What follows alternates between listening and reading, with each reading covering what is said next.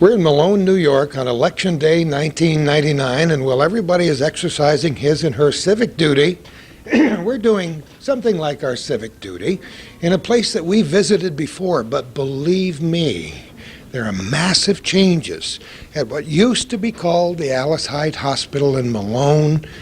Now it's called the Alice Hyde Medical Center. Not an awful long time ago, in real time, on October 23rd, I believe it was, there was a dedication here of a great ambulatory center right here, the Robert Gordon Main Senior Ambulatory Care Center on October 23rd. It was a blustery day, and our cameras weren't here, but we understand through the grapevine it was well attended, and everybody had fine, wonderful times if their slickers and their umbrellas didn't leak. But it was a great time, and this place has enjoyed tremendous growth. We thought it was pretty special when we talked to John Johnson and his tremendous staff 2 years ago. Now, wow. You got to remember that being an old person, I've been around the North Country for a long time, and I went to high school in Moira, not very many miles from here. The Alice Hyde Hospital was well established back then, but between the 1950s and the 1990s, a metamorphosis like you would not believe. A young lady will be helping us to conduct the tour today, but she's camera shy. But I at least want to mention the name of Jill Cassini so all of her friends will know what a tremendous chicken she is. But she's the one that's in charge of publicity and public relations here at the Alice Hyde Medical Center in Malone. And we'll be going throughout this facility and telling you what's old and what's new and what the crystal ball might hold for the future. So I hope you join us in our tour and enjoy it through hometown television at Alice Hyde Medical Center in Malone. The lady without a voice is hiding in the hallway. While we're inside doing her thing, we're going to give it to her for not talking on camera today. I don't know where we are, but first of all, who are you? I'm Marcia Benware. And you are? Bonnie Kleinbell. Great. Thank you very much for letting us intrude into your daily routine here today. This is an amazing, new, wonderful place down here in Malone. Who would have guessed? Where are we now? You're in mammography room at Alice Hyde Medical Center. Yeah, we knew we were at the medical center, but I didn't know which room we were in. What happens in here? We perform routine and diagnostic mammograms for women and men also. Very essential, right? That's right. Very important for every lady to have this done yearly from at least ages 40 on. American Cancer Society guidelines would be at age 35 to 40 to have a baseline study done, and then to have yearly mammograms for a screening on each lady's breast done yearly after that. But why is it important? To try to detect early cancer in the breast that can be cured. And it's obvious to me that these machines are brand new, state-of-the-art, latest technology. That's right. That's right. This is computerized mammography and works fine. I bet you it does, and I bet you you would easily allay the fears of a lot of the women who are just kind of holding back because they say it hurts or it's intrusive or none of the above, right? Right. It can be a little uncomfortable for some women. Again, we do our best to comfort them and get them through the exam as easily as we can. But the alternative, you know, it's so important to get them in here when they need to be, right? Yes, this exam is less than something that they could experience later if something goes undetected. Let's just talk a little bit about you people as people. First of all, where are you from? Right here in Malone. Right here. And you've worked here for more than a week or two, right? Oh, yes. I don't have to say how long, do I? No, but a long time. You were born and educated and grew up here. That's right. All my life. It must be nice to see this kind of growth. Mm-hmm. This is very lovely to us and to all the ladies. They were uncomfortable in the main department before, and this is private, and it's pretty, and it's exactly what they needed to be comfortable when they come in here and have their mammogram done. So I bet you're not close enough to walk to work, are you? Oh, I'm only a couple blocks away. Wow, that sounds like a good plan. How about you? Where are you from? I'm from Plattsburgh originally, Well, and see. I live in Morris Forks now. So So I have a little bit of a drive, but that's one bad, place and nice. hopefully the snowstorms won't come for a little while. Right. Although in our weather forecast now, as I said, we're recording this on Election Day. It's getting a little blustery outside, so we might get a little rain and maybe a little taste of winter. So how did you end up at Alice Hyde? There was a job opening on afternoons, and I didn't have much of a choice but to take it, and I've been here ever since, 6 years now. It's a nice community to work in. There, as I said at the outset, but you didn't hear me, it's a lot of fond memories for me because my high school years were spent in Moira, not too many miles from here. And like the people who live in Morris Forks and Champlain and Morrisonville, Plattsburgh was their center of activity, but for me it was Malone. And my friends went to the local Franklin Academy, and people who were sick came to the Alice Hyde Hospital even way back then. But wow, what changes. Changes all for the better, for the community and for the patients. How long have you been here? 6 years. See, we can say how long she's been here. And you've been here more than 7, right? Yes, total about 30 years. That's wonderful. And she started when she was 9. Yes. So what else are we going to see in this facility before we're finished today? Can you tell me? Women's imaging also entails bone densitometry and a sonography room. See, I didn't have to remember all 3 of those. Very good. I remembered the first one, enough to get right in here. That's right. Okay. And were you there for the dedication a while back? Yes, I was. That must have been a neat experience, even though the weather wasn't great, I heard, under the tent. But it was lovely. It was very nice, fine tribute to Judge Maine and to the other family there, too. It was very, very nice. The Stones were part of the dedication, too. A long time in the planning stages, and we saw the activities in the media. You know, the media gave it really good coverage here in Malone, and our Plattsburgh media from television and newspapers gave it great coverage. And Calvin and I almost simultaneously said, hey, looks like we've got to go down and see our friend John Johnson and the staff. They're doing things in Malone. Oh, yeah. Yes, it's like we've had nothing but positive feedback from the patients, and the communities they just love the changes that we've made. You make the changes for the patients, and if the patients are happy with it, how can they help it in this beautiful, bright, new facility? Then you've accomplished it, right? That's right. That's right. They were doing new things when we came here the last time. We can't believe the changes in the last. We haven't been here for 2 years, so that's terrific. Yeah, a big change then. That's great. So where are we going to go next? To bone densitometry, All right right. next door. Let's do it. Okay. It's a good thing I brought a lot of money today because I bribed her with a huge bill. Actually, I'm a very wide person that I stood in the door so she couldn't get out. All right, Jill, now your smile, that radiant smile, it's about time. Where are we? What a lovely room here. We are in the Women's Imaging Department of the Alice Hyde Medical Center. This is one of our changing rooms, and we've designed this specifically for women and very feminine. They're able to hang up their gown here while their gown or their clothing while they're changing to get ready for the procedures that they may have done. We have little moist towelettes if they would like to kind of, clean up. We have a mirror so they can fix themselves before and after the procedure. This is so absolutely neat. And as you said before, it's feminine, something you haven't had before. We want it to be very homey, and we want the ladies to feel comfortable and actually want to come, because coming to have some of these procedures may make them a little apprehensive, and we don't want that to happen. I'm sure our viewers may not know it, but a lot of planning goes into just putting together a room like this so it's tasteful and comfortable for a patient.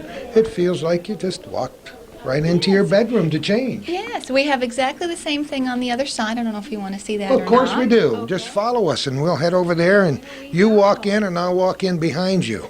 Oh, They're yeah. both designed to be wheelchair accessible.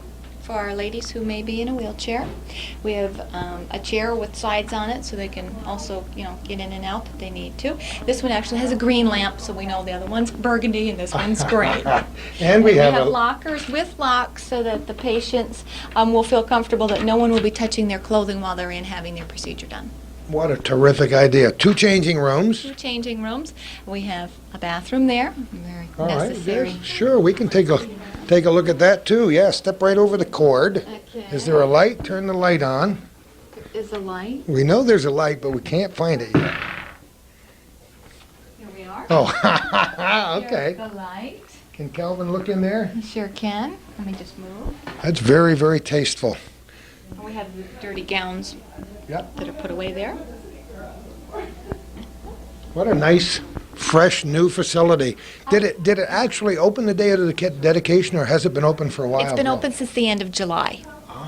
It was one of the first departments of the new wing that was complete. Wow, that's absolutely terrific. And our whole waiting area also is tastefully done for women. Yeah, let's take a look at it. We were standing in here without the cameras going on before, but this is really We nice. have a lot of compliments from ladies who, while they're waiting, that they're able to read magazines. And it's kind of like a living room, homey atmosphere.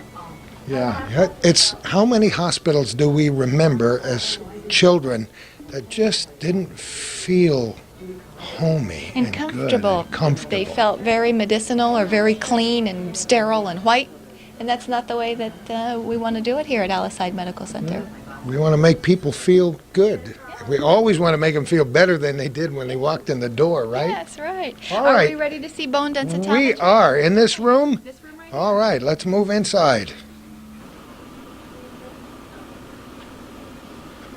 Lisa Wilson, how are you? Hi, good, how are you? Thank you for letting us come into your life today, and I know it's a busy life.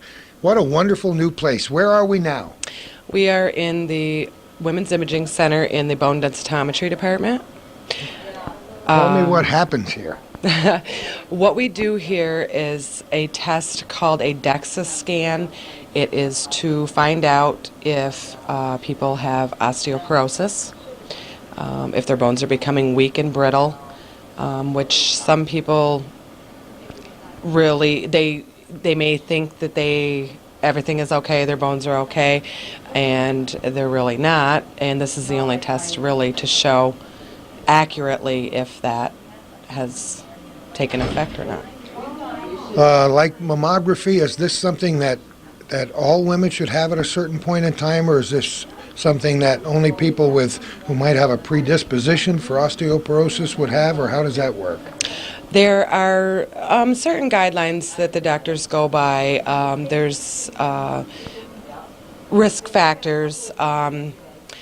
The number one risk factor is being a woman, because the hormone factor plays such a big part in osteoporosis. Also, certain medications can also decrease the bone density, such as steroids taken for asthma, Crohn's disease, such as prednisone. Alcohol, cigarette smoking. There's quite a list of risk factors, including family history also. There aren't many of us, I suppose, who haven't had some women in our families, if not our immediate families, our aunts or grandparents who've suffered from this disease, and it's not fun, is it? No, it's not. As osteoporosis progresses, you can break a bone very easily.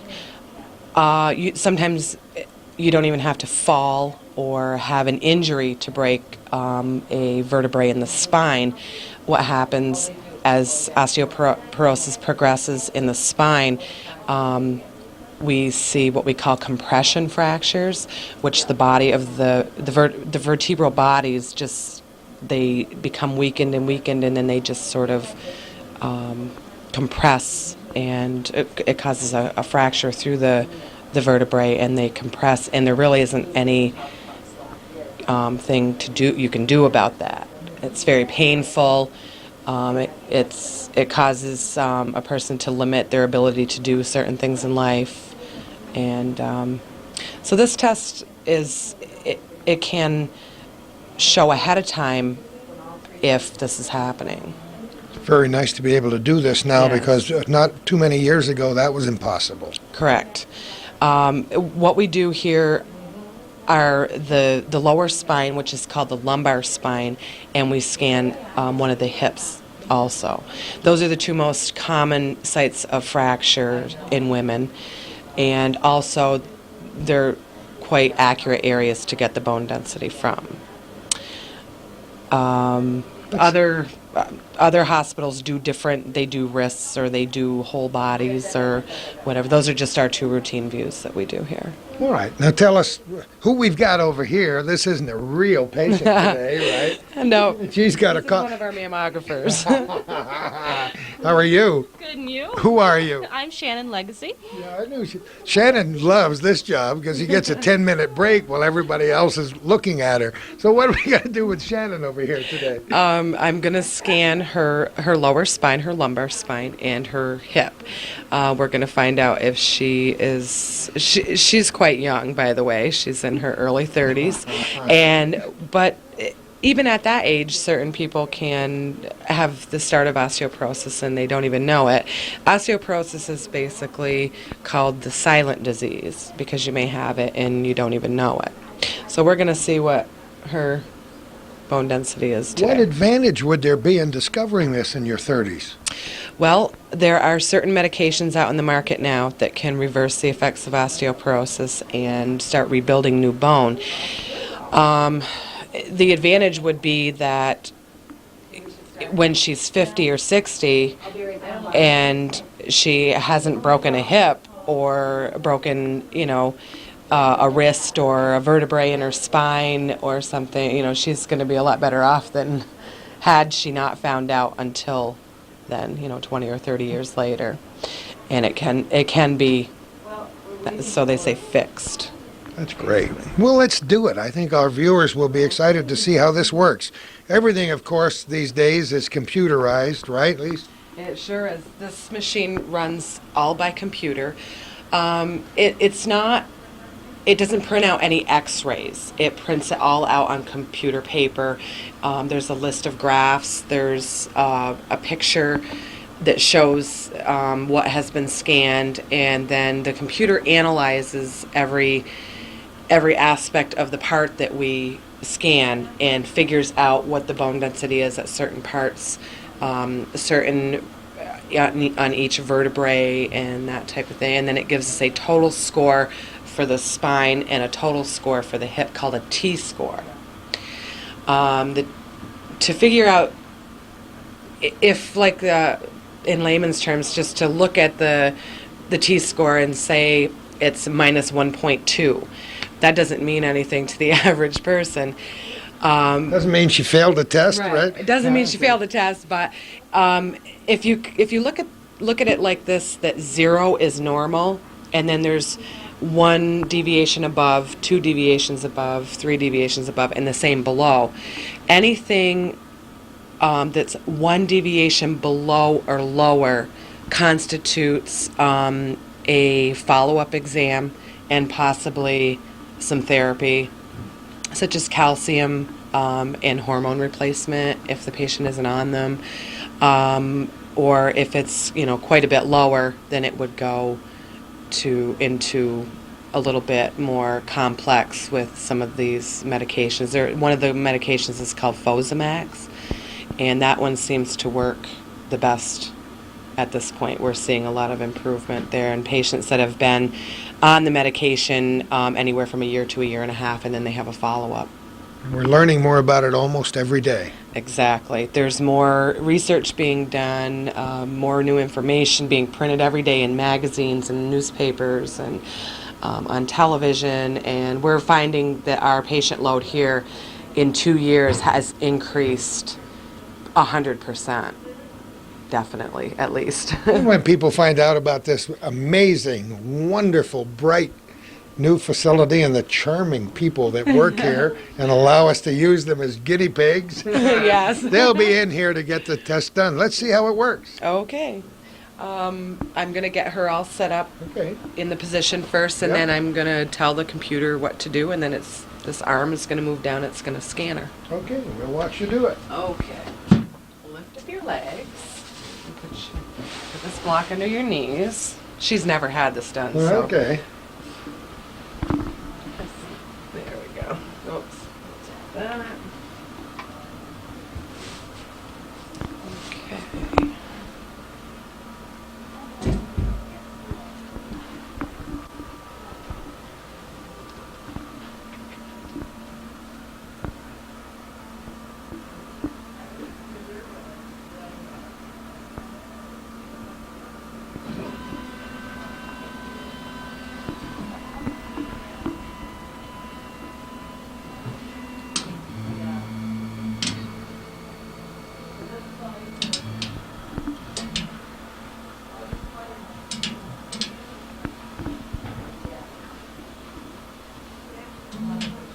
I see a red dot there. What's that mean?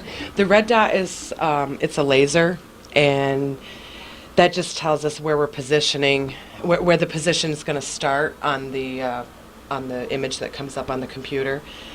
We have to scan from a certain point up through the vertebrae to a certain point. That's basically just protocol for the spine that we scan, and the same thing with the hip when we get to there. The laser just shows us where we are, and then we can, if we see when the image starts coming up on the computer that we're not in the right area, we can start it, we can move it down, start it over, move it up, however we need to.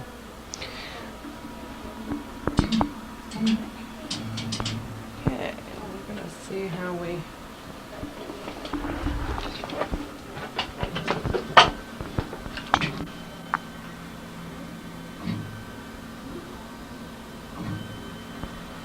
So it's beginning the image now? It's beginning the image now. It's scanning through the top of the crest bones and the pelvis. We can see a thin line where that's actually developing right on the screen. Exactly. It scans line by line, Yep. and you can see that here. It tells you what line you're on and the total amount of lines that it should be.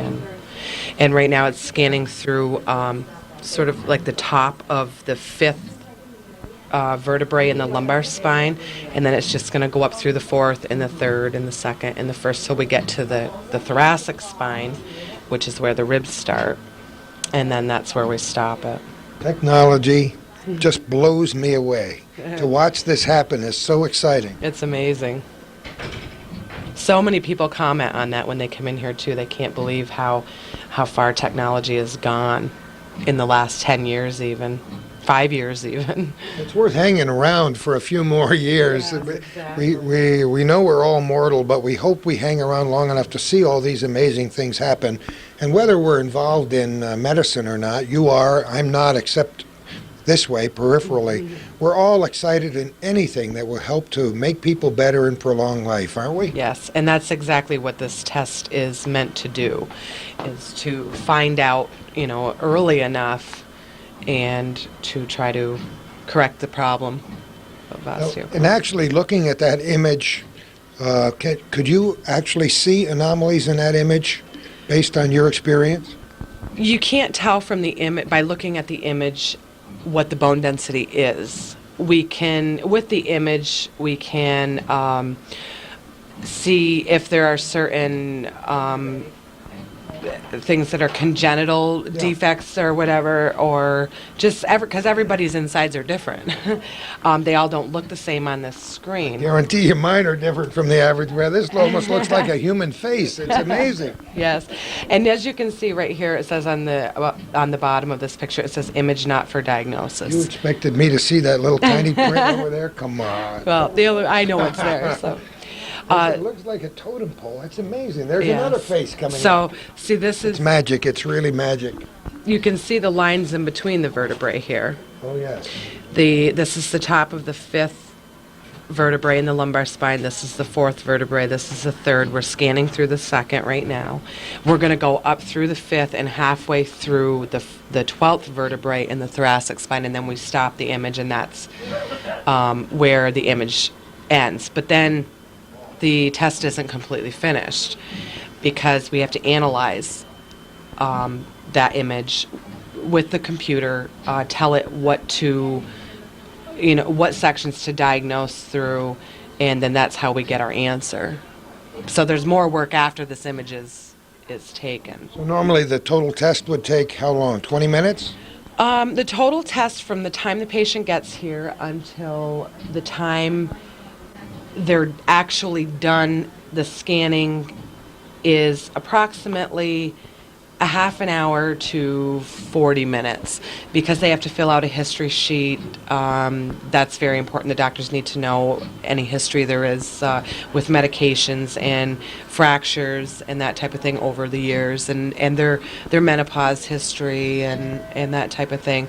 So they have to fill out all that when they get here, and then we get them in here, and we also speak to them about if they have any questions about anything, osteoporosis, calcium supplementation. We try to talk to them about that too because they're interested in it and they don't know where to find the answers sometimes. And I think a good point that we're making today is that this testing is not frightening at all. It's marvelous it's to very me. easy. It's very quiet in here, and it's very simple. All they have to do is lay on this table and let the computer do the work. Sometimes we've had people say, "Oh, I get to have my nap for the day," and they actually do get a little rest when they come here because we don't have to tell them to do a lot of different things for the test either.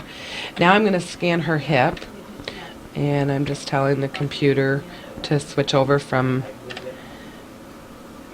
the spine to the hip, and there's different settings that we have to set it on according to the patient's height and weight and their gender.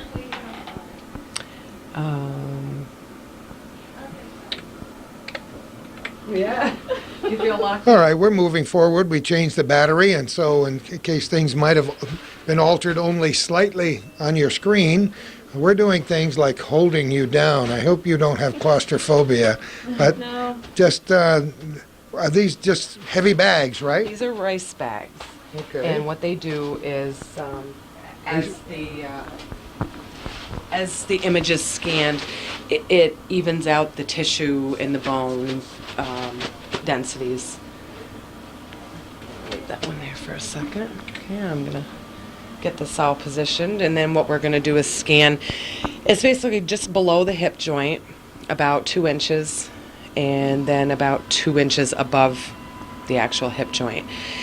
What we're going to analyze on the hip, on the image afterwards, is what we call the neck of the, where the hip joint is. There's a neck that comes out before the femur bone starts, which attaches the head of the femur bone to the shaft of the femur bone, and right through there is where we analyze that because it's very thin through there, and that's where just about 100% of hip fractures happen. It's at that neck. It breaks off. You told me before that many people come in and say, "Is this X-ray, and how come we're standing so close to it?" You might want to explain that. Yes, it is X-rays that are actually taking the image, but they're very minimal amounts of X-rays.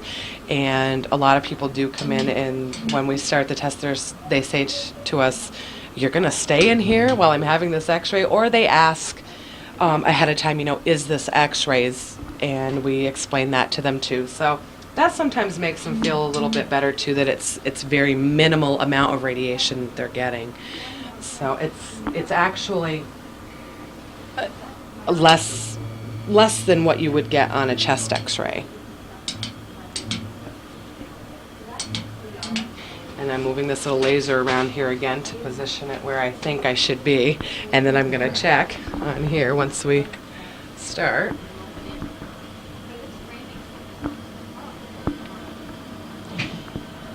It actually tells you on the screen what it's doing, so Yeah, it tells I can me see because where I the know image. what I'm doing. So, okay. But certain people might wonder how come she's looking at that screen.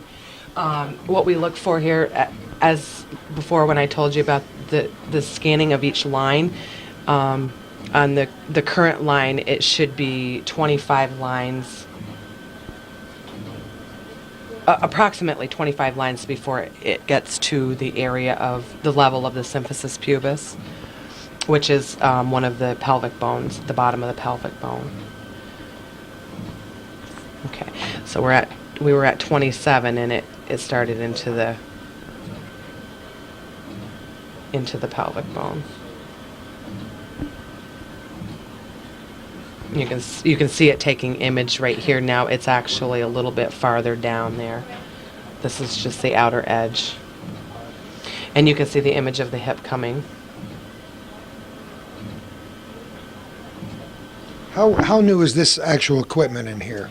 This equipment was 2 years old in September. We started out up on the second floor when we first put it in. They remodeled one of the patient rooms, and that's where we scanned for about a year.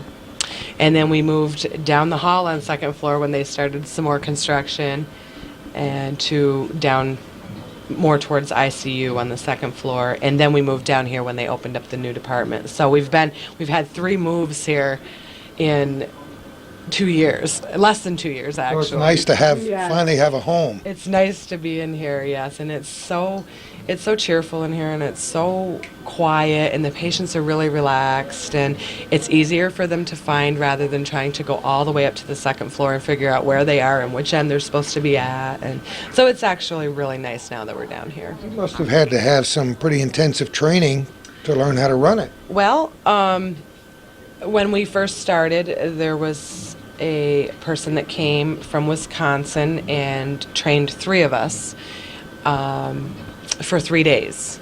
And we had to have a minimum of 16 hours of training to be able to even to run it by ourselves. Plus, you also have to be an X-ray technologist, because it's actual X-rays that you're emitting, and most of the training.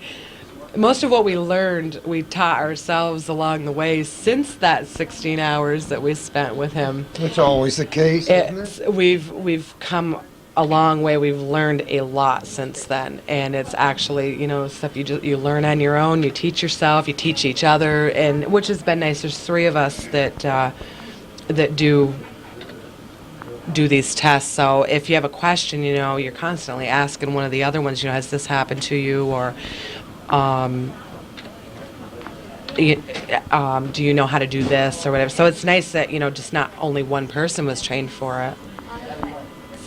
Yeah, it's very helpful. So what do we see in that image right there? So this image right here this is the neck right here through where we're going to analyze when we analyze this, there will be a little box that we place in that area, and that's what the computer will analyze out of this image.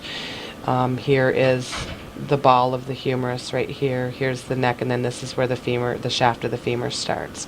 And just this area is what we analyze. What are these darker spots? These darker spots, a lot of times you'll find on patients, the blue dots will sometimes show up if a patient's bone density is fairly high. It is normal. It means that there's still a lot of calcium in those bones, and Good news over there. Yeah. I Lots can of calcium in actually those analyze bones. this very quickly on the hip, and I'll do that right now so you can see that. Okay, so here's the box, and all these lines mean something. We've got all kinds of little numbers over here, and this box can be moved up and down. It can be turned. It can be moved sideways. Actually, I'm just going to move it a little bit more so that the most narrow part of the neck of the femur is in that box. And now I'm going to tell it to analyze that. And her bone density is quite high. You don't have to wait 3 weeks for the results from the lab either, do you? This is just at the end of if we have 10 patients during the day and we start in the morning and end in the afternoon, at the end of the day we print out all these images, we put them with the patient's folder, their x-ray folder, and then we send them all to the radiologist. So they read them the same day that they're actually done. And then the patient's doctor gets the report either the following day or the day after that, within 2 days usually. So is any of this open to interpretation by you in the process, or you let the machine do all the work? No, the machine analyzes everything. And then I mean, I know what certain things mean on the papers after they're analyzed. If there were a cause to alarm, you might make a special note or something, or not? I make a lot of notes to the doctors on all my exams. I try to cover the entire basis for them because they're not with the patient when the exam is done, but they're actually the one that needs to know all the information. So I try to write down all the patient's medications that they've been on or that they're on, anything that the patient tells me that might be significant. So, and if there were certain things, like say that the patient had previous surgery, a pin put in this hip or a replacement put in that hip, we wouldn't be able to scan it because of the metal in there. Oh, We'd have really? to scan the other hip. If both hips are done, then you can't scan it at all. With the spine, we find more things to note to them than anything because sometimes the patient has had a disc removed between two vertebrae and they've had those fused, and it might look like one big vertebrae and it's really two that are fused together. Or the patient may have a compression fracture that you have to note, and because it's not going to give you a full analysis through that because there's basically no bone density there really anymore. I can just picture one of our viewers having been to a doctor within the last few weeks, and the doctor says you have to have this test done. Wow, this is way better than reading about it in a book, to see it on television. Now we've got the final product of her hip that we've done her bone. Her T-score is 1.5 deviations above 0. So she's normal, above normal for her age, and it classifies women into certain categories according to their age, their height, their weight, their gender, their race. It's all categorized into a group of peers. So her bone density is okay. Isn't that good news? Not that I was worried a little She's bit. probably sick of laying there. Yeah, well, Saying, "Let me up." it's not lunchtime No, yet. not yet. We could keep her there. It wasn't a bad experience, was it? No, it was very nice. I got a little nap. It was very interesting for me. We can see that we had to tie her feet down because it's essential, I would guess, in keeping everything pretty Yeah. stable and Everything quiet needs to stay and in the same place. while the whole process through is. the But whole, that's amazing. That's truly amazing. We're overwhelmed by the process, and if we ever have to have it done, we'll know that it's going to be really easy. That's right. Lise, You thanks can so spread much. the word. Thanks so much for having us here today. You're welcome. Thank you for I coming. didn't ask you how long you've worked here. I've worked at this hospital in X-ray 10 years, just barely 10 years, and I've been doing bone densitometry for a little over 2 years. And you're from this area, or where are you from? Yes, I live in Alice Head right now. Oh, you mean we have to go up to Whippleville Road to get to your place? Whippleville Road, you know Yeah, where. we know the way. Yeah. And how about you? Where are you from? I'm from Burke. Wow. Almost the whole North Country represented. That's great. And you've worked here how long? 11 years. That's great. Well, thanks so much for doing this for us today. We've enjoyed it. You're welcome. Thank you. We told you we were going to give you the cook's tour of the new wing in addition to the Alice Hyde Medical Center in Malone, and that's precisely what we're doing today, and we hope you're enjoying what you see, and we hope you're educated a little bit too. Doctor, how are you? Good. Pleased to meet you. What's your name again? Morty Rahani. All right, Morty. Doctor, tell us where we are. What is this room? We're in one of the rooms in the Women's Imaging Center. This is the ultrasound room, and it's used primarily for evaluation of women's body parts, the breast or the pelvis, and it's generally a nice area, nice environment for a woman to be examined if she's an outpatient. It's new, and we've got all the modern amenities. We've got great equipment, so we just wanted to make it as a comfortable an experience for the woman as possible. Obviously, it works. A lot of happy customers. Yeah, well, we'll be getting great feedback, and it's obviously a success. Doctor, let's talk a little bit about you. Where did you come from, and what's your background? Well, I've been here 3 years already, over 3 years, and originally from Montreal, and I've done some additional training in radiology and women's imaging and MRI and ultrasound in Burlington. And I've seen this place grow tremendously in the past 3 years. And this is a great addition. This is a really fine addition for the hospital and for the community. You know, it's amazing for us. We came and did a program here. We thought we were on the cutting edge of technology That's 2 right. years ago, That's right. and now look at all of this. That was for the helical CAT scan machine, which is taken off and it's being used there all day.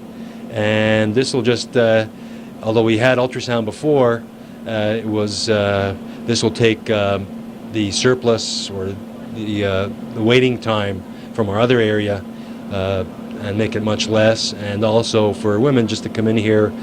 Oftentimes women need a mammogram and sometimes a ultrasound at the same time. So with the ultrasound machine just next to mammography, it's really easy to just whisk the patient right over to the ultrasound machine right next door and not have to come back for an additional exam. For the women, that means less waiting, and often the answer is solved right away, right on the spot. So just having it all in one comprehensive center, it really makes things go a lot quicker, in addition to the comfort aspect of it. Doctor, for those of us who are uninitiated, what is ultrasound and what's the purpose? Ultrasound is a method of imaging the body, specific body parts without using any radiation. Its use in breast helps differentiate solid lesions from benign cysts. That's a very easy way to, if we see something on a mammogram, we're trying to decide whether it's a cyst or not, ultrasound can easily differentiate between a solid mass or a benign cyst. It's used to assess, primarily for women in the pelvis. It's an ideal tool to look at the ovaries, to look at the uterus. For obstetrical imaging, it's ideal in that it doesn't have any radiation for the fetus, and it's used to assess anomalies or assess proper growth in the fetus as well. Is this your specific training, or how broad scoped was your training? Well, I did I did a fellowship program in ultrasound. Part of my training and fellowship, in my fellowship, was dedicated to ultrasound and women's imaging. So I'm happy to have this addition. Although we've had it before, this will be a dedicated unit just for women's imaging. It must be satisfying for you working here to see this facility grow and become a bona fide medical center, isn't it, in a town this size? It's a really, I've seen it in 3 years. It's tremendous what's happened in this place. And this addition, the Women's Imaging Center, is really offers that aspect that maybe was that little piece that was missing that really ties things together really nicely. Have you moved to this area? Or you don't commute from Montreal, do you? No, I've been here for over 3 years, and we love the area, and we've seen the community grow as well in addition to this hospital, so we're very happy here. Do we have any Canadians who come down here to use the services? We do have, we used to have a lot more than we do now. We do get a lot of calls from Canadians, but now with the strain system in Canada, and particularly in Quebec, there are newer centers that are opening in Quebec that are private, and people can go there and basically pay over there and not have to wait, kind of get in through the sidelines that way.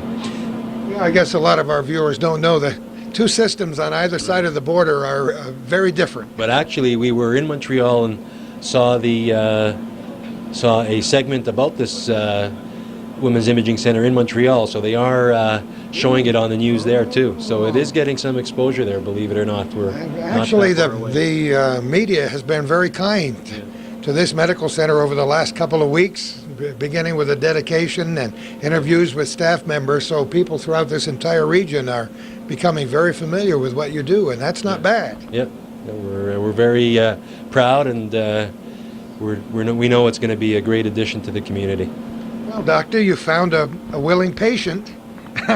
So describe what you're going to do for us. Well, we're just going to examine the abdomen just as a just to show what we do here. I mean, it's a routine type of exam, and we won't be. We'll just examine the upper abdomen and take a look at that.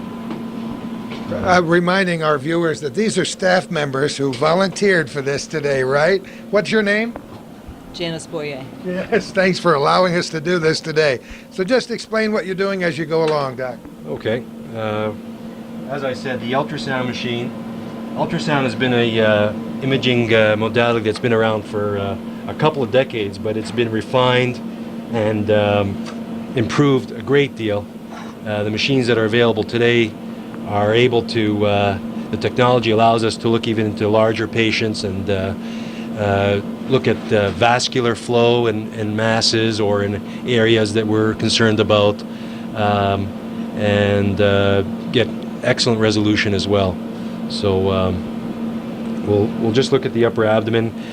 Ultrasound is also good for looking at gallstones, looking at the pancreas and the kidneys, looking for stones and abnormalities there, looking for fluid in the belly. Ultrasound is also used to evaluate or to aid us in doing procedures, when we drain fluid from the body, doing biopsies of the breast or of other solid organs like the liver. With that, we can watch our needle go in and monitor it, make sure it's going into the right spot. It helps us avoid any complications.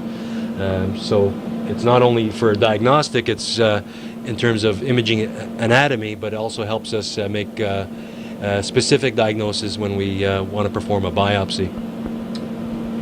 So you're using that wand, and as you use the probe, the image shows instantly on the screen. Yeah, it's what's called a real-time exam. Whenever we move the probe, it moves over that part of the body, and we see exactly what we're looking at, depending on where the probe is targeting. So it's what's called a real-time exam. We're seeing it as it's moving. Is the image enlarged on the screen? It can be enlarged, magnified, to focus on a specific area. We can examine for blood flow in certain areas of the body, looking to see whether there are areas of narrowing, or to characterize a type of flow that's often seen in specific tumors, which fortunately this patient doesn't have, from what I can see so far. I see flashes of color there. What does that mean? That's the color flow in some of the major vessels in the abdomen. We're looking at the pancreatic area. Up on the right here is the liver, which, although it's often we do the examination in a darkened room just to take off the glare, but I understand for the camera's purposes it's adequate enough for us to see right now. And as I mentioned, it's great in assessing for in women's imaging, looking at the uterus, screening for ovarian cancer, looking at the fetus in a pregnant lady in all stages of pregnancy, whether there's in a situation where a woman's bleeding, looking for an ectopic pregnancy, which is where we get a fetus that's implanted not in the uterus but somewhere else in the body, which could often be a medical emergency. So it's often used in cases of emergency to get a very quick exam. That's its additional advantage. Now, is this automatically recorded by the machine or only when you tell it to? Well, there are two things that can be done. It's either recorded on video, so you can watch it again if you want to review it with other physicians, and it's recorded on hard copy film. Whenever we decide to take an image, there's a button we press and it's printed on film, either on a small imager, or often it can be connected up to our laser printer in the main X-ray department. So these are the images we see when proud moms-to-be come home from the hospital with a picture of their developing fetus? That's right. They often the first question that's asked by the mother is, what's the sex of the baby? And that's often our last worry. We want to make sure that there are no other major problems. But yeah, we were able to tell that so they can get their decorating in order. And you know, amazingly, there still are pregnant moms-to-be who don't want to know, right, Oh, what yeah. the sex is. Sure, that's Every they love now and the again. surprise aspect. I mean, that's fine too. There's a lot going on in there. It's Yeah. not even lunchtime yet. All right, the upper abdomen looks normal here. Gallbladder looks normal. Liver looks normal. And yeah, all around normal exam. That's terrific. Thank you so much for being a very good patient. That's great. So that's the ultrasound picture, huh? That's the ultrasound world. Yep. What else do you do in the course of a day here, Doc? Well, you mean in the Women's Imaging Center? Or, well, we have the mammography unit here, where we, in addition to doing regular mammograms, we have what's called needle localizations, which aid the doctor, the surgeon, if they're going to be taking out a lesion in the breast. We target the lesion with a needle and a hook so that when the surgeon goes in, he knows exactly where to go for the lesion. It guides the surgeon towards the lesion that has to be taken out.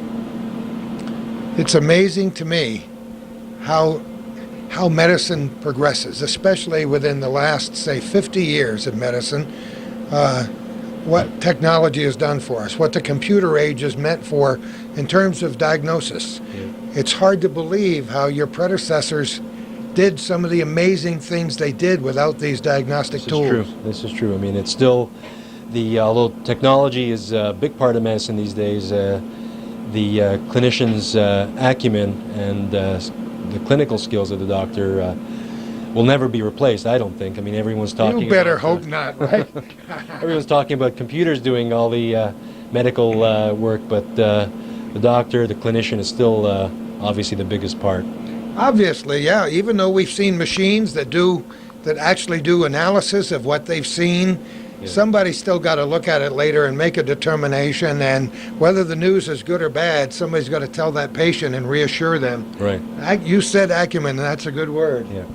You don't want a computer telling you a yes or a no or what's wrong or what's right, but yeah, the clinician is the biggest part. We've talked a great deal about how this place makes you feel when you walk into it. A new facility like this, tremendous privacy, great comfort in the changing rooms. From the patient's point of view, and those are the people, past patients, prospective patients, and just people who are interested in this North Country community who are viewing this, they should be very pleased at what's being accomplished here at Alice Hyde. Yeah, well, our initial responses from patients have been superb. They feel so comfortable here. And, that's the way it should be for the type of tests, for a mammogram, or for generally the healthier side of things, just screening exams and looking for osteoporosis. And it's a separate part. It's a nice environment. And often women have negative associations with a mammogram because of the the uncomfortable aspect of it. But when you're surrounded in a nice environment, you leave and you have a better, you're more apt to return for your next mammogram a year later when you have that image in mind of the place. Doctor, we thank you for taking a few minutes out of your busy day to join us. And I don't know if the boss has told you this lately, but I'll do it. As an interested outsider, we're proud that a very bright, caring person such as yourself from the Montreal area has chosen to come down and make Malone and Alice Hyde Medical Center at least your temporary home. We hope you stick around for a long time. It's going to be my home for a long time to come, and thank you very much. That's great. Thanks, Doctor. All right, we're in another room that's just as comfortable as the last room was with Sheila Wagner. How are you? Fine. We're pleased to be here today. Where are you from? From St. Regis Falls. See, now another country heard from. I love it up in St. Regis Falls. I have many friends there, and I used to play sports there long before you were ever dreamed of. But it's a great part of the North Country. How long have you worked here at Alice Hyde, Sheila? Well, I come back to Alice Hyde in June of this year, 99. You did? All right. This is a busy place. I can tell there's paperwork all over the place. What happens in this room? In this room, we're the pre-admission testing and teaching office, and what we do is we see the patients before they're scheduled for their surgery. We do the pre-admission work on the patient. We do the nursing assessments. We make sure that all their lab work diagnostic testing is done prior to them coming in to have surgery. Have you done this specific job for a long time? I have done this job since July. We have just got this particular office going the beginning of the year, when ambulatory surgery, when the new part was starting to get open. Well, you said busy. You weren't kidding, were you? No, we're busy. We're very busy. We see a lot of patients. We do a lot of nursing assessments in one day, and what we do is we try to get everybody set for their surgery so that when they come in, all they do is come in and go right to ambulatory surgery, and they don't have to worry about going to admitting or having anything else done that day.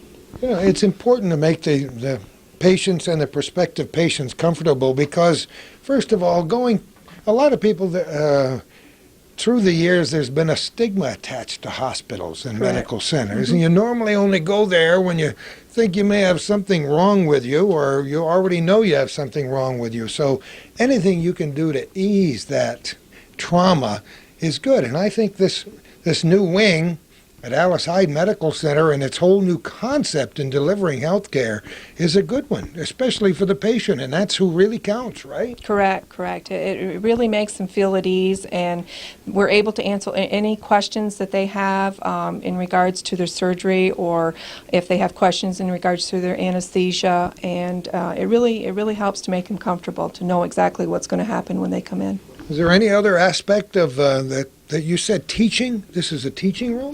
Well, what we're teaching is we're teaching them about what is expected the day they come in, okay? I see. We're teaching them in regards to the aspect of ambulatory surgery and what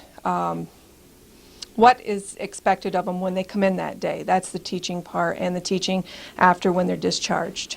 Because I'm sure they're so shook up, some people are, you know the answers to questions they haven't even thought to ask. Right? Correct. And we allow them, if they come in a few days before they have their surgery, it allows them to think about maybe questions that they have that they didn't ask us, and then when they go home, if they think of them, then they have the opportunity to call us before they come in, and we can answer them. Yeah, you don't want your area medical center to be a distant place that doesn't touch lives directly. You want to be tremendously accessible, and you want the experience to be just as non-threatening and with a lack of trauma as possible. And it sounds like a great deal of thought has gone into that from your office right straight through the rest. Correct. Yeah. So it must make you, even though you are busy, and we've acknowledged that several times since we started this interview, you got to go home at night feeling as though, hey, I really did something today. And I also work up on the floor ambulatory surgery too, so I know what a great job we do here, because when I work up there, it makes it a lot better for the patient because we're allowed to spend more time with the patient rather than doing a lot of paperwork. Sometimes we get so busy we're not patted on the back, so sometimes we have to pat ourselves on the back, but it's true. It is. Every person in this place has an important job, and everybody has to take it very conscientiously, and I can see that you do. Yes, we do, and what we like to do is make it as less stressful as we can for the patients. Right. Obviously, you're doing a great job. Sheila, thanks for being with us today. Thank you. I'll be in now if that would be a problem. All right, we're back on again. Are we? I thought you were waving at somebody going by outside. Sandy Rotash. Right. Wow, I got it right. Sandy, where are we now? What part of the medical center? We are in the new cardiac rehabilitation unit. It smells new. When you get off the elevator, you know it's new. It certainly is. I think this was just dedicated in September as well, or October? Last week, actually. Really? During the Last open week, house. October 23rd? During the open house. Okay, we're again recording this for the benefit of our viewers who may see it at one time down the road from this actual day. Recording this on Election Day, 1999. We're at the Alice Hyde Medical Center in Malone. It's kind of neat to call it Medical Center now, It is isn't different, yes. It's going to take some time to get used to. Sandy, let's find out, first of all, about you. Where are you from? I'm originally from the Lawrenceville area, but I grew up in the North Country, born and raised, so Were you? yes, In Lawrenceville? right, Where do you live now? in Lawrenceville. You still live there? Yes. You know, it's really great to either stay in your hometown or go away and do your education and then come back home. I also did my education up here, so in Did Canton. you really, in Yes. Canton? Mm-hmm. That's great. These are great North Country counties. We love all of them. I have told our viewers several times today that I did my high school years in Franklin County in the old Moira High School. The last lady we talked to is from Schuyler Falls. What was her name? Sheila Wilson? And she knows Rita Tripany, an old high school teacher of mine who lives there. St. Regis Falls. What did I say? Not Schuyler Falls. That's where I live, in the town of Schuyler Falls. St. Regis Falls. And we're going to make contact with old people. But it's really great. North Country is a good place to live and work, isn't It certainly is. So, how long have you worked here in this facility? 12 years. Wow. And this has got to be exciting for you right here. This is different, yes. I've worked in a lot of other different areas, but this is the first time attempting this, and it looks like it's going to be quite challenging. I'm looking forward to it. When Jill introduced you to us, it took you a moment to think of your whole title. Do you think you can do it again? Nurse Manager, Cardiac Rehab. I love it. What does cardiac rehab mean? What does that mean? It's a program where people, after they've had different cardiac events, can learn to start again, basically. They learn different lifestyle changes, exercise programs. We get them over the fear that they can start doing things without having another event happen again. And it's a 12-week program. We take them through an exercise program. We also do a lot of education, stress management, nutrition, smoking cessation. There's a lot of different programs we work into that 12 weeks. When I was a little boy and somebody had a heart attack, it very often rang the death knell. Not so anymore. We can make a big difference even after the fact, can't we? There's a lot of things we can change now, and they get them up and going. It used to be that they were in the hospital in bed for several days, up to a month after they had a heart attack. Don't move, don't lift anything, don't take a walk. And now it's very much changed. Within 5 days, most of the time, a lot of them are home, and before that, they're up walking and already starting to make the changes they need to do. How many people do you know that have had heart attacks and have lived many more years, more healthy lifestyle, and actually better quality of life than they had all the years previous to that? A lot of times it's an eye-opener, and it makes them aware of the things they need to change, and this is the first step that we can help them do that. Isn't it a shame that we can't make them change that before they have the event? Yes, it is. Actually, we're making progress toward that end too, aren't we? Yes, we are. Even there's been a lot of public awareness now of things as far as fat content in food and exercise and the importance it has on hearts. So, in making those changes that they need to do. Is this a good place to work? Yes, it is. You better say here that 12 today. years. We're going to see the big guy right after this, so you better say, you've been here 12 years? Yes. My goodness, you must have been a very young person when you started. 19 years old. Oh, my. What else happens now? We're just in one room. Is this part of the facility large? How many rooms here? In this area, Yeah. this is the cardiac unit, and we have our education room in the back and our nursing area out here. This is it for the cardiac rehab. We also have cardiorespiratory that's also been attached here as well, but it's all new.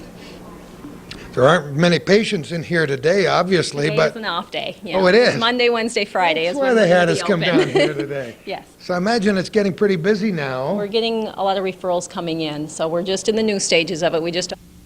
Now we've changed batteries in case people wonder what that little blip is and how come people are standing a little different. We've done this before where I actually changed clothes because we went back to do part 2 of some of our stories in the past. All right, now we know who this place is dedicated to. Yes, it's the Donald E. and Catherine D. Stone Rehab Unit. It's nice when people are pleased to have a medical center such as this in their community and they make contributions toward that end. It's really nice to remember them. I look around and see all these little plaques, and now in our new facility down in the ambulatory center, lots of people's names who make a contribution. That's what we mean by a community or a regional medical center. It also makes the hospital theirs. It really makes them have a part of it, and they feel like they're contributing when we are also contributing to them by being here. You know what I've learned since I started today, and this was true the last time we came here 2 years ago. The people who work here are pretty much like a family, aren't they? We try to be, yes. You know, the whole North Country is like a family, and we get along with each other, and I've met at least 3 people I know just since we walked in the door here today, so it's been a very pleasant experience to me. But it's nice when employees get along with each other, because when you study so hard and you work so hard at a job, there sometimes are what we kindly call professional jealousies. But here I think everybody understands everybody else has a job to do too, and we make allowances for that. And you guys seem to have a lot of friends among each other.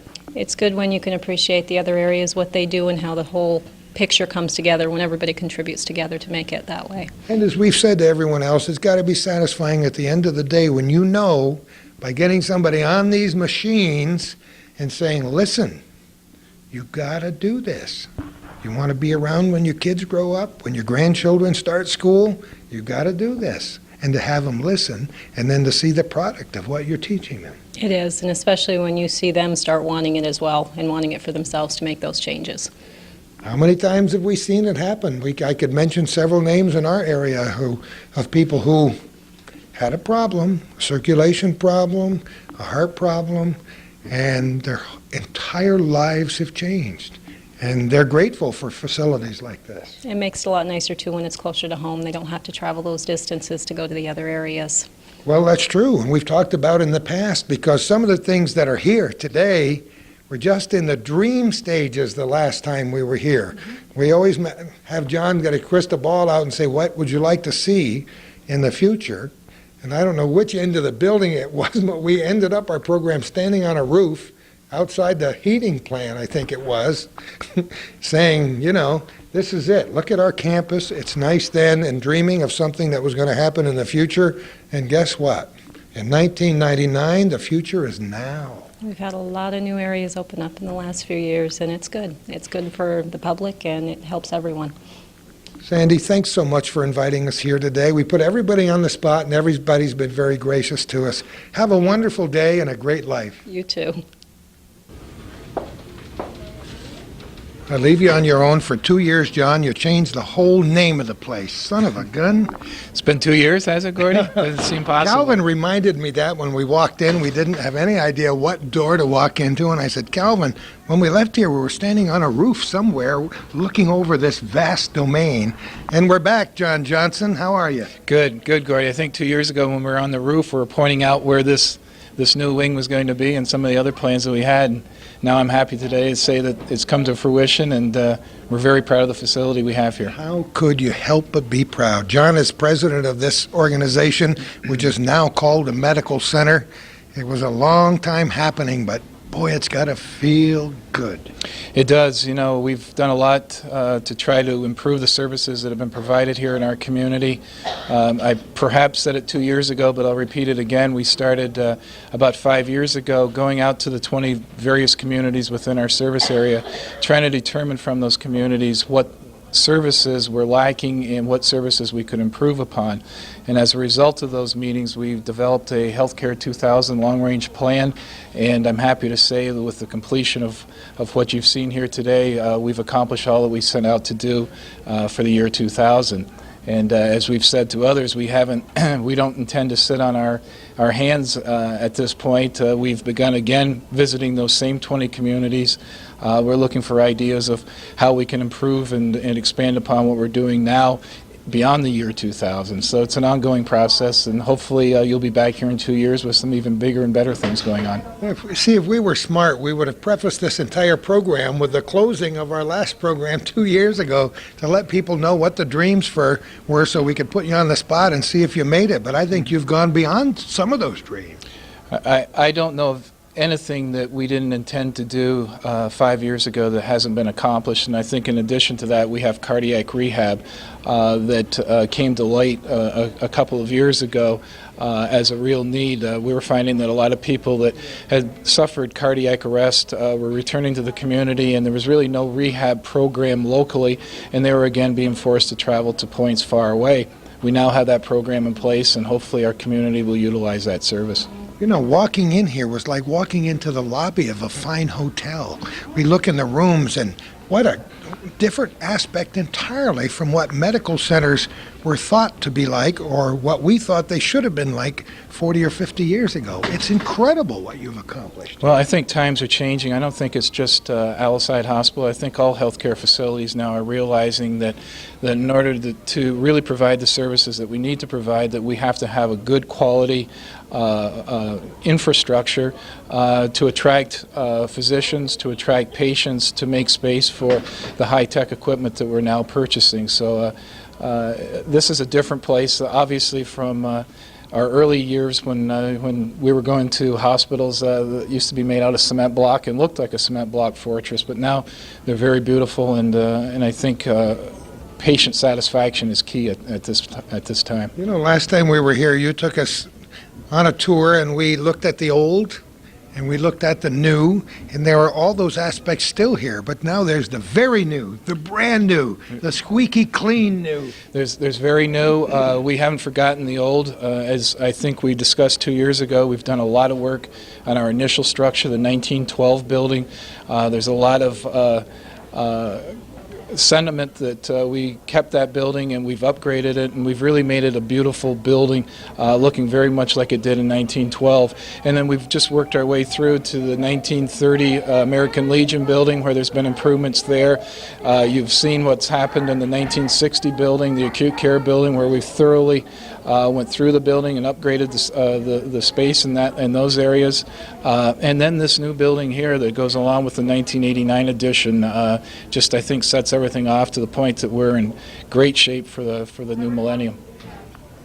Let's talk a little bit about the Johnson family. What's been happening that we don't know about? Fill us in. Well, I'm still here. We noticed that, John. My daughter that used to play basketball with Calvin's daughter has graduated from school, and she's attending school over in Clarkson, doing well over there. My son is finishing at Plattsburgh with a master's program, and my wife continues to take care of all of us. So we're doing well. We have to give a little credit to the distaff side every now and again. My wife knows that I mean it when I said she takes care of me. She does. Yeah, She does.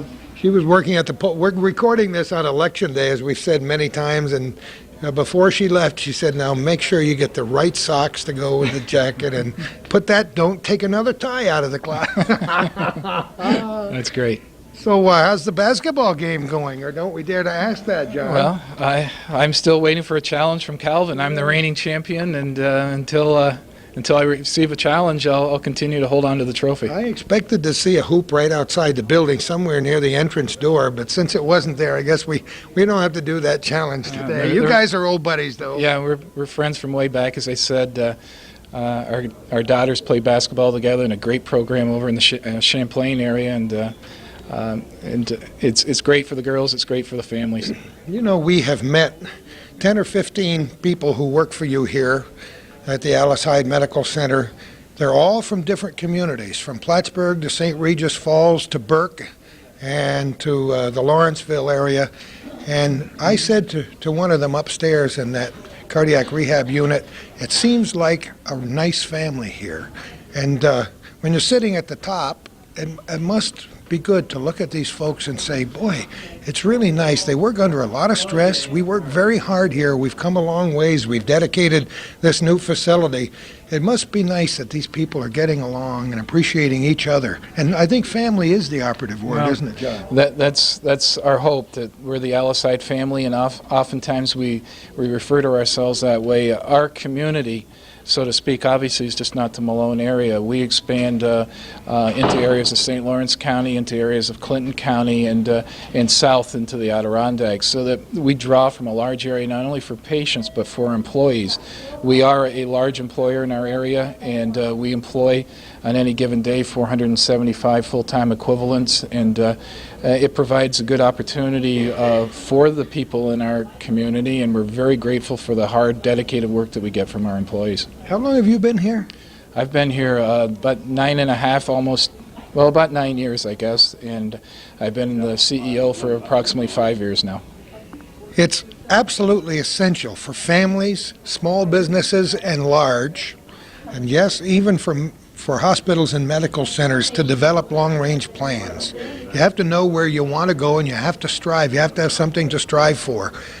We talked about your dreams the last time, and you are here now, and you say you're already making, what, another 5-year plan? Or? We're working on a 5-year plan right now, and it's on a very basic premise. I believe that if we provide to our communities the services that they want in the highest quality possible, that we can't help but be a survivor in the future. So that's our goal. We go out, we try to make sure that whatever our communities want, they get, and we try our darndest to give them the best quality. And it's my belief that if we do that, we'll be back here for many, many years into the future. Part of the trick, if it is indeed a trick, and that's not the proper word, is to convince people of the truth, that it is indeed their facility. It belongs to the people. You went out and talked to the people for a long time in the hinterlands before you developed this part of the new wing, and that's why they all showed up in that lousy weather on October 23rd. Right? We're very pleased to see the turnout we had, but you're right, this is a community hospital, and it's interesting, there's been a lot of surveys done by Gallup and others throughout New York State that indicate most people in the community don't realize that their hospitals are not-for-profit community hospitals. Everyone believes the hospitals are making a lot of money and so on and so forth.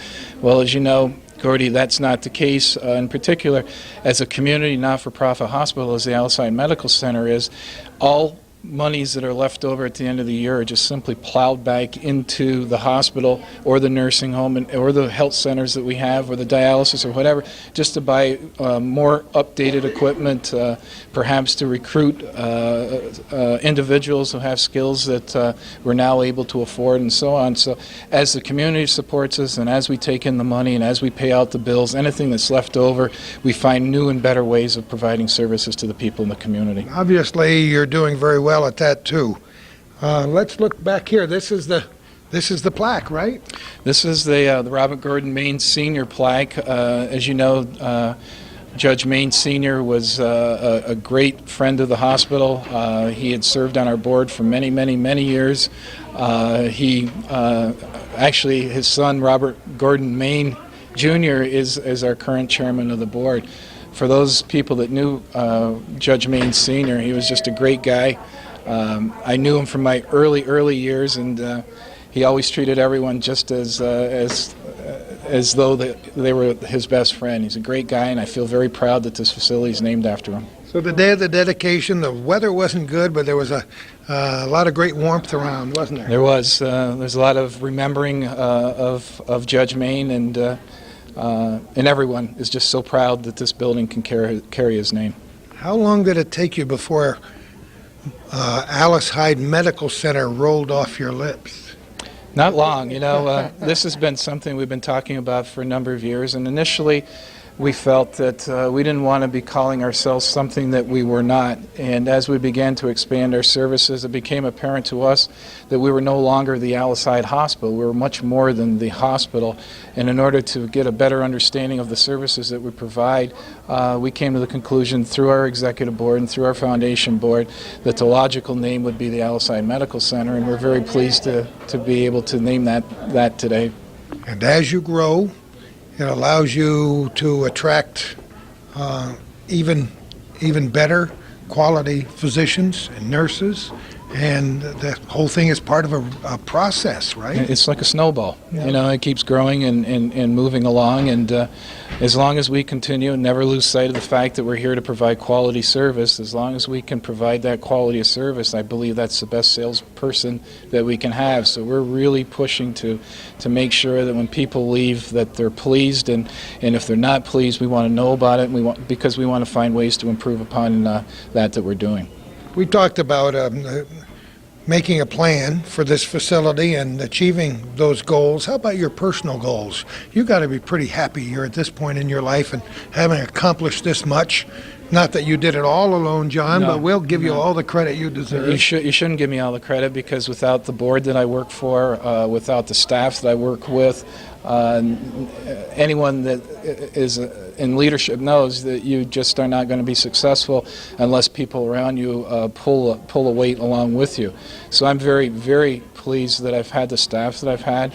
The medical staff has been fantastic. The board, as I said, is a board that truly cares about what you do and supports you in what you do, and that makes a big difference in my personality, because if I can be motivated, it's in ways such as that. And I do look forward to the future. It's probably the toughest job I've ever had, but by far the best job and the most interesting, the job that I love the most. You know, it's really nice for us sitting up there in Plattsburgh, over in Clinton County, to see that media spotlight swing around and send its beam down on Malone, Franklin County, and this newly expanded medical center. And that's got to be satisfying, too. Yeah, see that you're appreciated. It is, and again, it's gratifying, and we're just going to keep striving to be the best, and hopefully the word will get out, and we'll be rewarded for our effort. Well, we'll say 3,000 or 4,000 words in connection with the pictures we've made today, and make it good for you because you made it good for yourself. John, thanks for opening your door so graciously again. You're welcome, Gordy. Please come back again. Calvin, you too. We'll do it. Bring the basketball. Well, I tell you, we have covered just about everything at this new place here today, and it's such a neat and wonderful facility. Robin Clifford, how are you? I'm terrific. We met you in the hallway about a half hour ago. We went our separate ways, but I knew you'd be back. That's right. We have a lot to talk about. Well, let's talk about it then. What's your job here? I'm the Director of Cardiopulmonary Services, which involves many, many areas of the hospital. We work with the premature babies in OB to the grandparents in the nursing home. We cover intensive care unit. We cover the emergency room, all medical surgical aspects of patient care. And some of our services that we offer here are for patients who come in who have difficulty breathing, perhaps because of chronic lung disease, maybe emphysema, asthma, smoking-related problems. We work with patients who have come in for just pre-employment physicals. And is there anything particular you're interested in today? Well, no, Would you like to have a pulmonary function test? Sure, whatever. Well, we're just very interested in the whole aspect. Is most of what you do here in the new wing? Everything will be. We still have 2 offices that have not moved up to our area right now. But right now what we're doing, we offer EKGs, which is a pattern tracing of the heart. Along with the room that you're in right now, we do cardiac stress testing. That gets into a little more complicated area where we inject a nuclear medicine to actually be able to scan the heart, to look for areas of defect in the heart. Soon to come, we will be doing persantine testing, which will be great for those patients who don't have to walk on the treadmill that you see here. For some patients, that can be a very vigorous and hardship for them. So that's one new test that we will be offering in the near future. Another offer that we'll be doing are the pulmonary function testing, which we do now, and that's measuring your lung compliance. How much air can you breathe in? How much can you blow out? It helps the doctor to diagnose those things, the asthma, the emphysema, and to what degree. You know, right now, are you breathing with 80% of your lung capacity, or is it reduced to 60%, to 40%? And they're able to detect that through the studies that we offer. It's an amazing thing. I'm a good testimonial for how your lungs can recover when you quit smoking. Right. Because as we've told our viewers so many times, up until February 8th, 1975, my wife and I each smoked 3.5 packs of cigarettes a day. We both quit on the same day without the other knowing. And we're very proud of ourselves when we made it. Neither one of us have had a drag on a cigarette since. My reason for mentioning that is, number one, you can do it if you're thinking about it. And number two, it's amazing how, barring other difficulties that you may have created in the process, you can recover amazingly. The body has a tremendous and almost miraculous capacity and the ability to recover, and lungs are amazing. You can go back to the lungs of a non-smoker.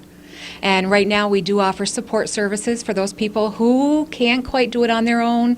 They need a little extra help from myself and a colleague. And it's very informal, very laid back. We sit around very casually. We let them know indications of what to expect, that these feelings that they're having are withdrawal, that nicotine is indeed an addiction, and it's very hard to kick.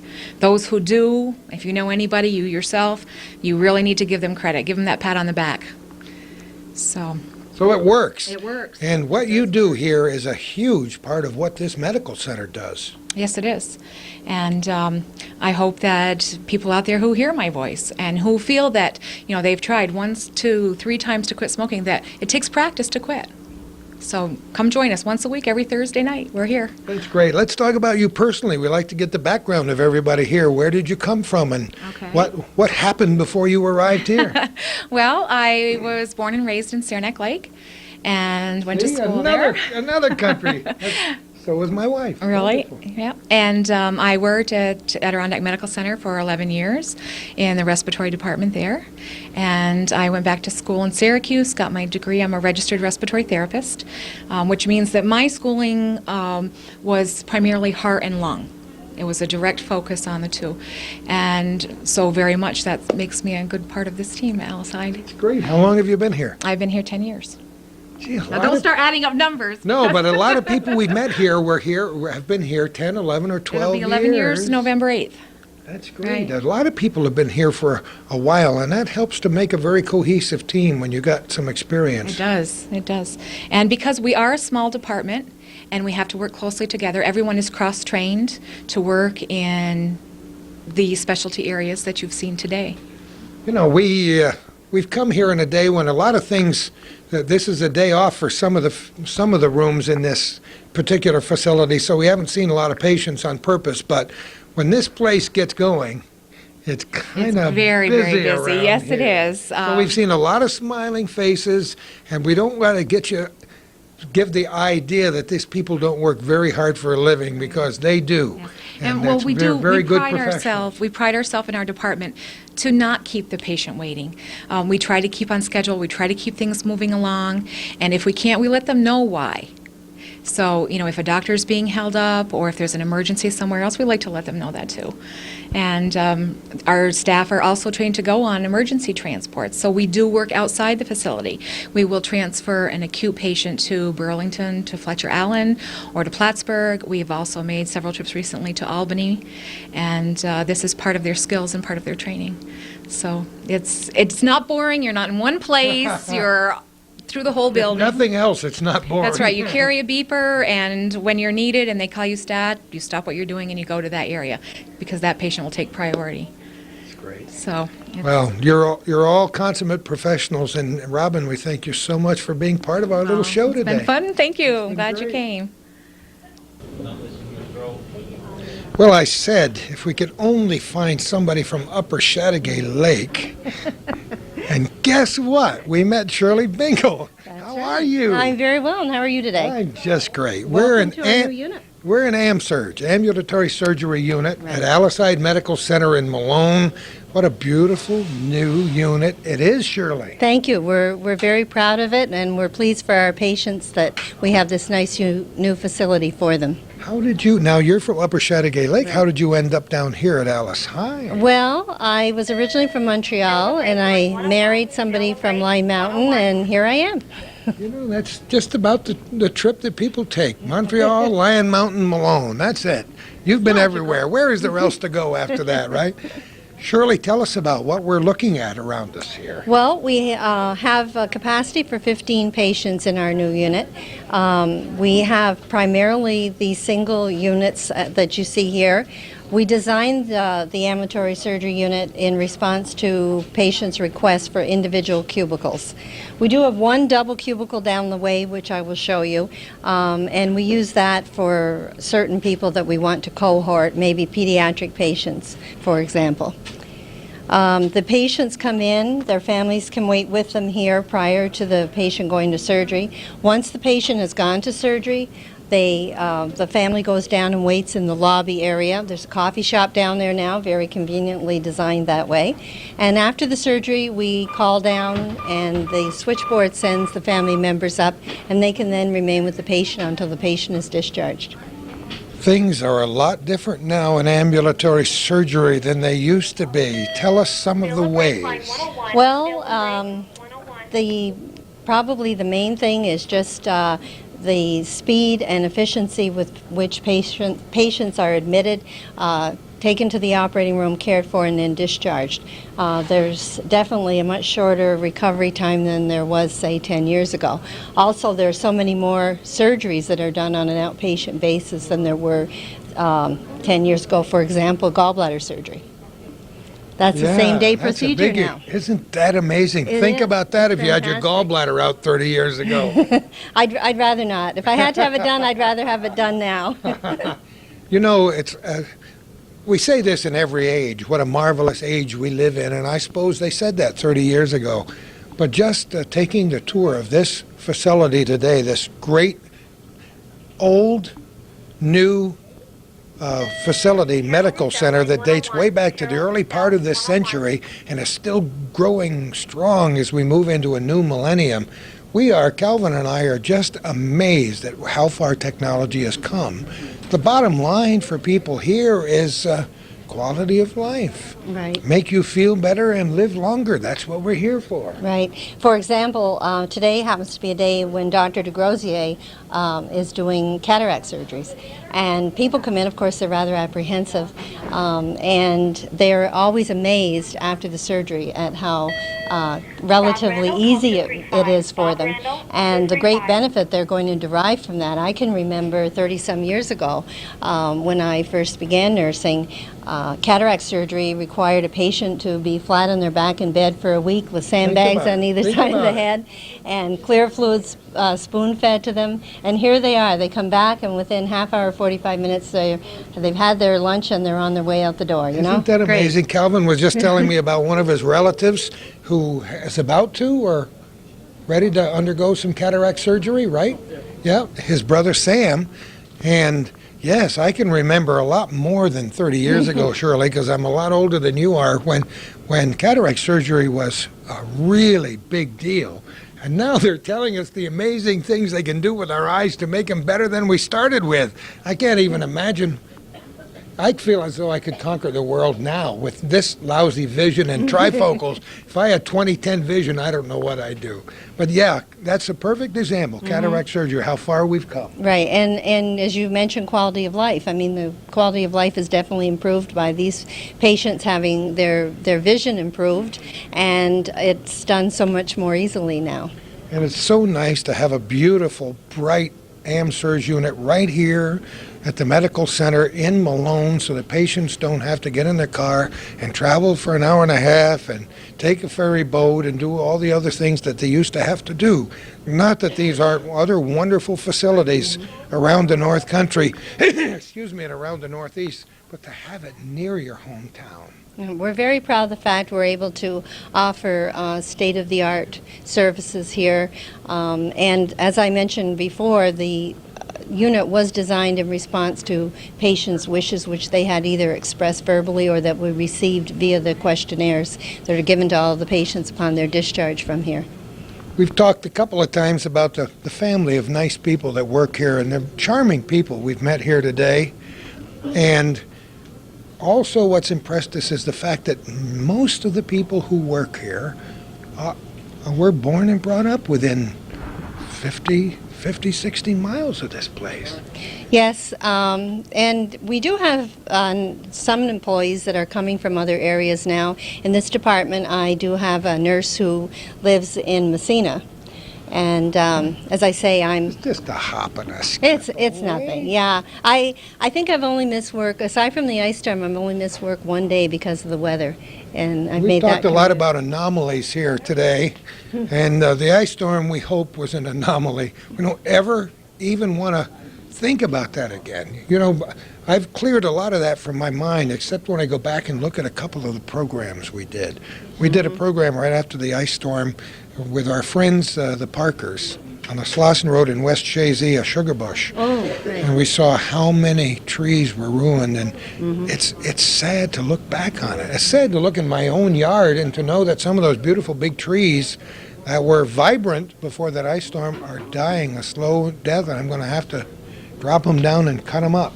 So yes, if you missed a day or 2 weeks or 3 weeks during the ice storm, we can understand that, Shirley. But actually, I was here for most of it because I had already set out for work that morning, and I didn't make it all the way that day, but I was here the next, and everybody worked together very well, pulled together, and provided very good care to the patients, and also we were a shelter for people who were oxygen dependent. That's what the ambulatory surgery unit was during that time. You know, the scene at the CVPH Medical Center in Plattsburgh after the ice storm was amazing. I wasn't here, but I imagine it was similar. It had to be just incredible. It was almost surreal. Yeah, surreal is the word that describes events like that. That's why we hope that we never go through another one. We're going to change the battery and continue our interview with Shirley in just a moment. Shirley, before we explain what this room is, let's talk about, you told us you're computerized, and you showed us a handheld computer we take. That's right. What advantage does that give you? Well, we're able to do the documentation right at the bedside on the computer, the handheld computer units. There's a little port in here, and then we're able to go back to the desk area and download the information into the main terminals. All our nursing documentation is done on the computer, as it is on the med-surg units in our hospital. Sure makes life a lot easier, doesn't it? Now that we've mastered it, it does. Well, yeah, it's hard to join that computer age, but once you do, you never want to go back. No, we really enjoy it now that we're accustomed to it. Shirley, what room is this? This is a beautiful big double room. Right. We did want to have a room that spoke to some special needs, such as pediatric patients or some other groups of patients that for whatever reason we might want to have together. So this is our only double room. As I mentioned, we have 9 single units, then this double unit, and then we have further down the hall, we have a recliner room with 4 recliners in it, which makes our total capacity 15. All right, what else should we see before we leave here? Well, I'd like to show you the recliner room. All right, let's go for it. Shirley, Calvin and the camera are looking at the operating rooms. Talk about it. Well, the nice feature about our present location is that we are directly adjacent to the operating rooms, so we no longer have to make the long trip down from second floor like we did before. And we have quite a few repeat patients, and they've all commented on how much more they enjoy the trip to the operating room, if you can enjoy a trip to the operating room, but they don't miss having that ride down through the halls and on the elevator. And it also ensures patient privacy. They're not meeting all their neighbors in the elevator. So they can go directly from their room to the operating room and back. That's great. And you talked about recliners. Mm-hmm. Makes me want to yawn here. We have Those 4 are kind of recliners nice. in here. There are some patients, for example, cataract patients, who do not really need a stretcher once they get back. We have a little or a stretcher area right behind you where they can disembark from the stretcher. And then we have them rest in a recliner. The family comes in, they can have their meal and leave. We can also use it for patients who perhaps have had a longer surgery, have been recovering in one of those individual rooms, are not quite ready to go. We'd like them to sit up for a while before they leave, and we can put them in here. We can also use this room for blood transfusions and procedures of that nature. It's a wonderful facility that you have here. We've got just a bird's eye view of it, and I'm sure that people who have plans to go to the hospital and plans to come to the Alice Hyde Medical Center are now a great deal relieved to see how neat this place is from the inside. We've had very good reports from our patients and also the people who came on the tours when we had the open house. Everybody had favorable comments to make, and I have a wonderful staff who works here with me that I'm very proud of, and we're very proud to provide care in this great new facility. Shirley, thank you for having us here, and thank you for 3 decades of dedication to this business. Thank you very much. You're charming and wonderful. Thank you very much yourself. It was a pleasure to meet you and to have you here today. Thank you. Now, you sure have moved us around a lot today, Jill. You've earned your money. What a great background here at the snack bar. Tell me about it. It's really nice. Well, this is our gift shop run by the auxiliary, and then to your left there is our new snack bar. It used to be located on the first floor, but now it's located on the main floor, which is part of the new ambulatory care center unit, and it's very accessible. Our sales have increased both in the snack bar and in the gift shop because it's accessible to the public. Pleasant people, pleasant place, and what would we ever do without auxiliaries and facilities such as I know. this? They do such a wonderful job for us. Actually, the 1960s acute care building was also renovated. I don't know if anyone's mentioned that to you today. And we have televisions for each patient. And the auxiliary ladies, maybe there's a few gentlemen, I don't know, the auxiliarians, let's say that, raised money and purchased the televisions for the patient rooms. Years ago, we had just one television per room, and then depending on who arrived first, that's what they watched. Got the TV, huh? And now it's much better because we actually have one for each patient. It looks like a tremendous selection of gift ideas here for people who want to stop by, and it's, once again, just another aspect of a pretty great place. Yeah, we're very proud. Jill, where are you going to take us next? To the Cancer Center? Yes, it's the Ready Cancer Treatment Center, which is now owned by the Alice Hyde Medical Center. That's new for us to have purchased it. That's great. We're on our way. Okay. The last time we were in this building, it was barely a building. John Johnson brought us in here, and we had a lot of bare walls and things that weren't painted yet 2 years ago, and he told us how difficult it was to something that they had to put in the other end of the building, and we were trying to imagine what it would look like when it was finished. Well, guess what, folks? It's finished. It's the Ready Cancer Treatment Center is now part of this rapidly expanding campus at Alice Hyde Medical Center in Malone. And I have with me Dr. Sun Liao. How did I say it right? Yes. Correct, absolutely. Wow, that's amazing. I can remember it for a short time. How are you, doctor? Yes, I'm fine. Thanks for coming to see us today. Well, we're delighted to come here and see you. What is it you do here? Well, you see, I'm a radiation oncologist here. I have been here for about 7 weeks now. It's a fabulous center for radiation treatment. So we really welcome patients to come here, especially patients from the surrounding area, to come to us so that we could give them our service and benefit the community. Let's find out a little bit more about you. Where are you from and where did you get your education? Okay, I originally from Indonesia, which is very far from here. I came to the United States in 1974. I did my residency training first, following my internship in Long Island, New York. Did you really? Yes, Where yes. on Long Island? Okay, it was in a city called Mineola. I know it very well. It's a beautiful town, though, near Okay. Garden City. It's a really sure. beautiful town. Then I did my residency training in Mount Sinai Hospital, New York City, and Bronx VA Hospital for 3 years. Completed residency training, and then I moved to New Jersey in Livingston. So I work in St. Barnabas Medical Center in Livingston, which is a big medical center. We are treating about 100 patients a day. So I've been there. I worked there for about 21 years, and now I just wanted to kind of move to a smaller town, to serve the community, and also slow down a little bit on my work schedule. Malone is not a bad place to live. This is a good nice portion of the country. It's beautiful.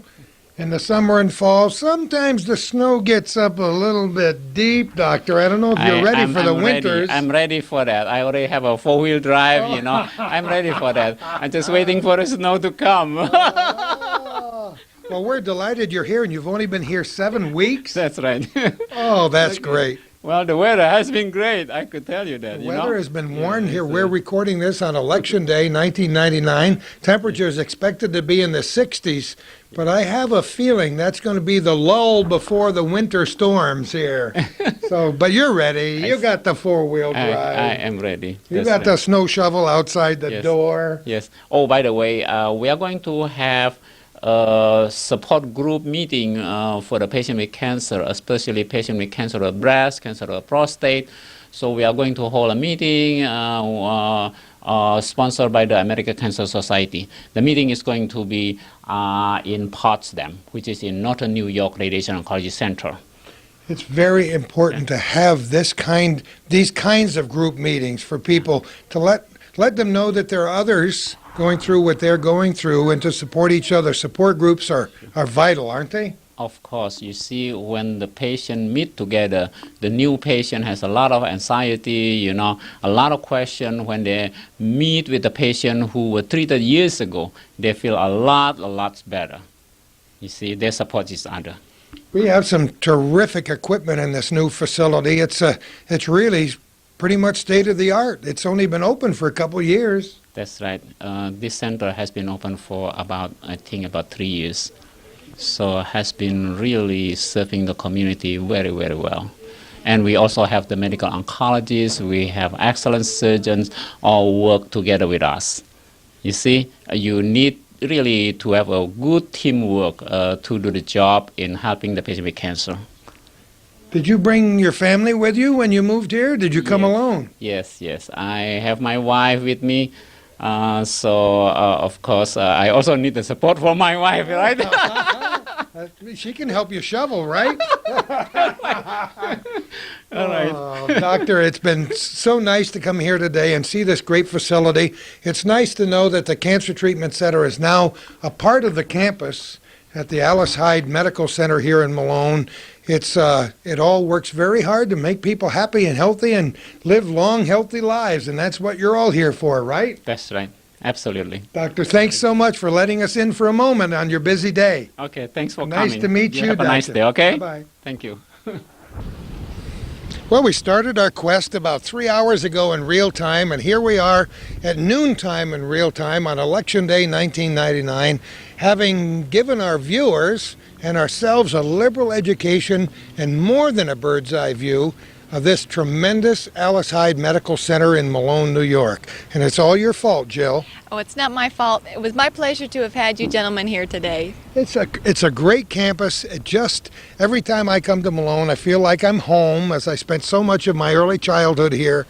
And it's nice to come back here and meet great people like Jill, like all the other folks we met, like the doctor we just met. Isn't he beautiful? Oh, he's terrific. He has a great sense of humor. The patients really like him. And as I said before we left in there, it's nice to have the Cancer Center as now a firm and integral part of this medical center. Yes.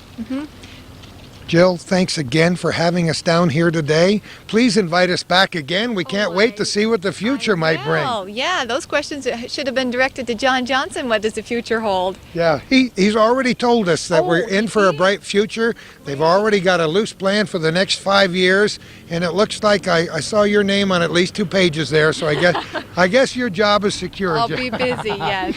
Thanks again for having us here Thank you today. for coming. We appreciate it.